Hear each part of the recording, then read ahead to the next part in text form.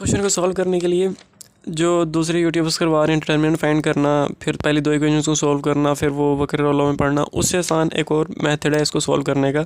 First year math chapter 3 exercise 3.5 question number 4 का first part. हम इसको डायरेक्टली सिंपली सॉल्व करेंगे और हमारा जो आंसर टीम है उनका निकल रहा है वही हमारा सेम इसके अंदर निकल आएगा। तकरीबन 4-5 स्टेप्स हैं या फिर इससे भी कम। करना क्या है, सबसे पहले जैसे हम बनाते क्या थे पिछले क्वेश्चंस के अंदर 1-1-1 की सीरीज़ बनाते होते थे, 1-1-1 की सीरीज़ बनाते थे और नीचे 0-0-0 आता था। इसी तरह हमने यहाँ पे भी वो वाली सीरीज़ बना लेनी है। जब हमारे पास वो सीरीज़ बन जाएगी तो हमारा आंसर भी ऑटोमेटिकली निकल आएगा। तो अभी हमारे पास पहले 1 था, 1 के नीचे तो हमने ये क्वेश्चन दिया हुआ था उसको तो हमने सबसे पहले मैट्रिक्स फॉर्म में लिखा। जो कोफिशिएंट थे, एक्स के साथ कोफिशिएंट 1 था तो 1 लिख दिया, एक्स के साथ कोफिशिएंट 2 था 2 लिख दिया, एक्स के साथ कोफिशिएंट 5 लिख दिया, 2 1 4 था 2 1 4 लिख दिया, -2 5 8 था -2 5 8, यानी एक्स वाई जी के जो कोफिशिएंट्स हैं उसका एक सेट बना लिया। उसके बाद क्या किया, 1 के नीचे 0-0 बनाना था तो 1 के नीचे 0-0 कैसे बनेगा, हम करते हैं रो 2 यानी 2 की जगह 0 बनाना है तो ये किसके अंदर आ रहा है, 2 रो 2 में आ रहा है तो रो 2 में चेंज आएगा तो इसलिए रो 2 को पहले लिख दिया। पहले लिखने का मकसद ये है कि चेंज किसके अंदर आएगा, पहले रो 2 को पहले लिखा है तो मतलब रो 2 में चेंज आएगा। उसके बाद रो 3 यानी 5 की जगह हमने 0 बनाना है तो 5 रो 3 में है तो इसलिए रो 3 को पहले लिख दिया। यानी ये जो सारा ऑपरेशन होगा ये किसके अंदर होगा, रो 2 में, और ये सारा ऑपरेशन किसके अंदर होगा, रो 3 में, क्योंकि यहाँ पे भी रो 2 पहले लिखा हुआ है और यहाँ पे भी रो 3। तो रो 2 -2 रो 1 ये करते हैं तो हमारे पास यहाँ पे 0 बन जाएगा, और रो 3 -5 रो 1 करते हैं तो यहाँ पे 0 बन जाएगा। कैसे, रो 2 -2 रो 1 के साथ 2 मल्टीप्लाई करना और फिर रो 2 को उसमें से माइनस करना है, रो 1 के साथ 2 मल्टीप्लाई करना और फिर रो 2 को उसमें से माइनस करना है। इधर 2 मल्टीप्लाई किया 2 1 2 तो 2 -2 0 तो 0 आ गया। इधर 2 मल्टीप्लाई किया 2 2 4 तो 1 -4 -3 आ गया। इधर 2 मल्टीप्लाई किया 2 2 4 साथ माइनस है तो -4 तो 5 माइनस और -4 तो 5 माइनस प्लस हो गया तो 5 + 4 कितना होता है 9 तो 9 लिख दिया। तो रो 2 वाला चक्कर हो गया। रो 2 और रो 3 में चेंज लेके आना था, रो 1 एज इट इज़ रहेगी तो रो 1 एज इट इज़ रहेगी, 1 2 -2 1 2 -2।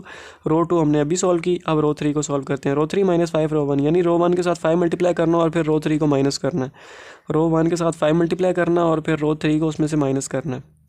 इधर 5 मल्टीप्लाई किया 5 1 5 तो 5 -5 0 0 आ गया। इधर 5 मल्टीप्लाई किया 5 2 10 4 -10 -6 आ गया। इधर 5 मल्टीप्लाई किया 5 2 10 साथ माइनस है तो -10 तो 8 -10 तो माइनस प्लस हो गया, 8 + 10 हो गया तो 8 + 10 18 तो वो 18 आ गया इधर।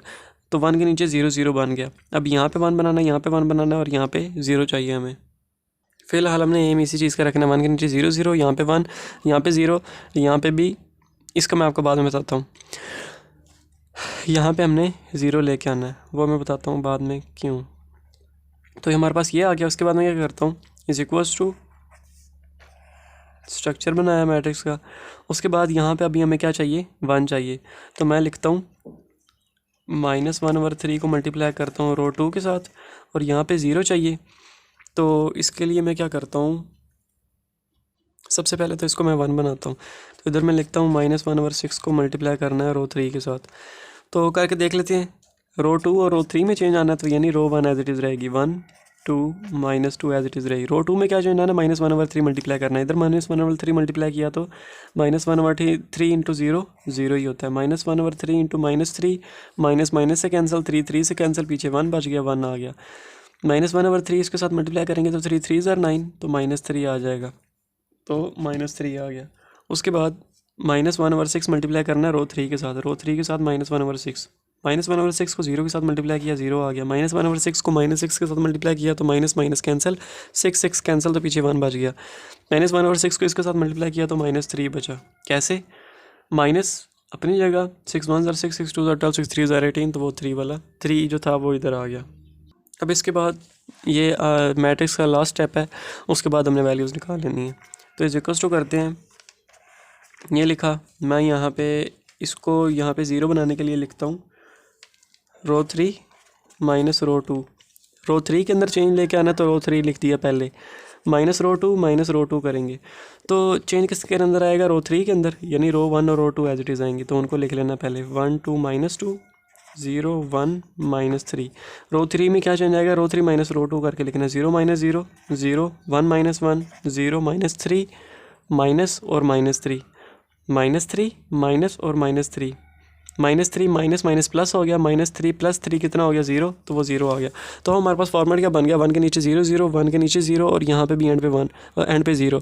तो ये जो एंड पे 0 बना है ये मैंने पहले नहीं बताया ताकि बच्चों को कन्फ्यूजन में ना डाल दो शुरू से ही कि 1 0 0 1 0 और यहाँ पे एंड पे 0 आ गया तो उसका कोई इतना फ़र्क नहीं पड़ेगा। तो ये हो गया हमारा क्वेश्चन सोल्व। अब हमने इसको करना है इक्वेशन की फॉर्म में लिखना है और वहाँ से हमारी वैल्यूज़ निकल आएंगी।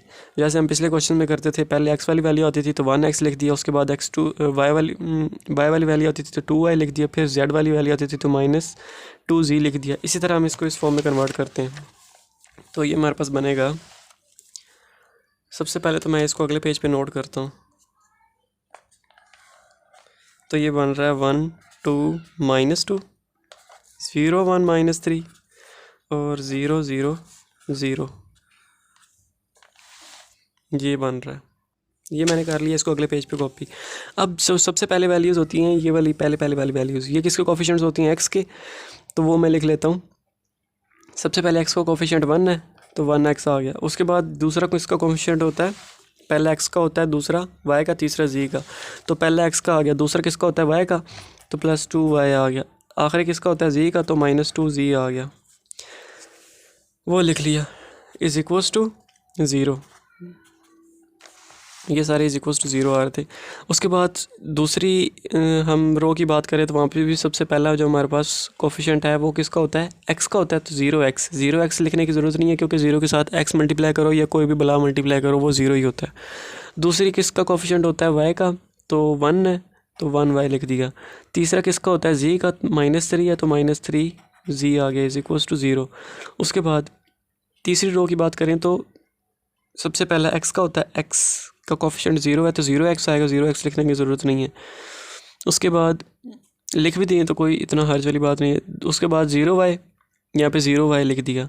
उसके बाद 0z, मैं 0z लिख भी देता हूँ, 0z इज़ इक्वल्स टू 0, ये आ गया। अब यहाँ पे हमारे पास ये 3 इक्वेशंस बन गई, 1 2 3, 3 इक्वेशंस बन गई। अब मैं यहाँ पे अगर z को कह देता हूँ, let z is equals to t, let's suppose z is equals to t, z को मैंने t का नाम दे दिया।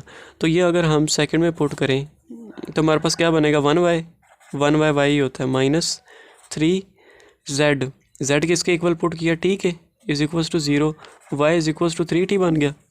y की वैल्यू क्या बन गई, 3t। अब ये y की वैल्यू 3t और z की वैल्यू t अगर हम पुट करें 1 के अंदर पुट कर रहा हूँ मैं, तो क्या बनेगा, 1x है, x ही हो गया। उसके बाद +2y y की क्या वैल्यू, 3t -2z, z की क्या वैल्यू है, t इज़ इक्वल्स टू 0।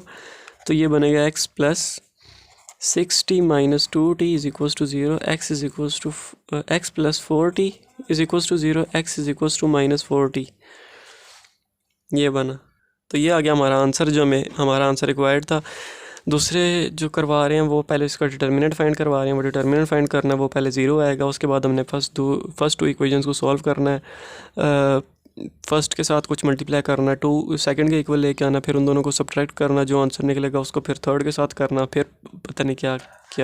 तो उसको हम सब इजीली सॉल्व कर सकते हैं। हमने करना क्या, 1 था इसके नीचे 0 0 बना दिया, 1 था उसके नीचे 0 बनाया और आखिर में 0 आ गया, जो आ भी जाए तो उसकी खैर है।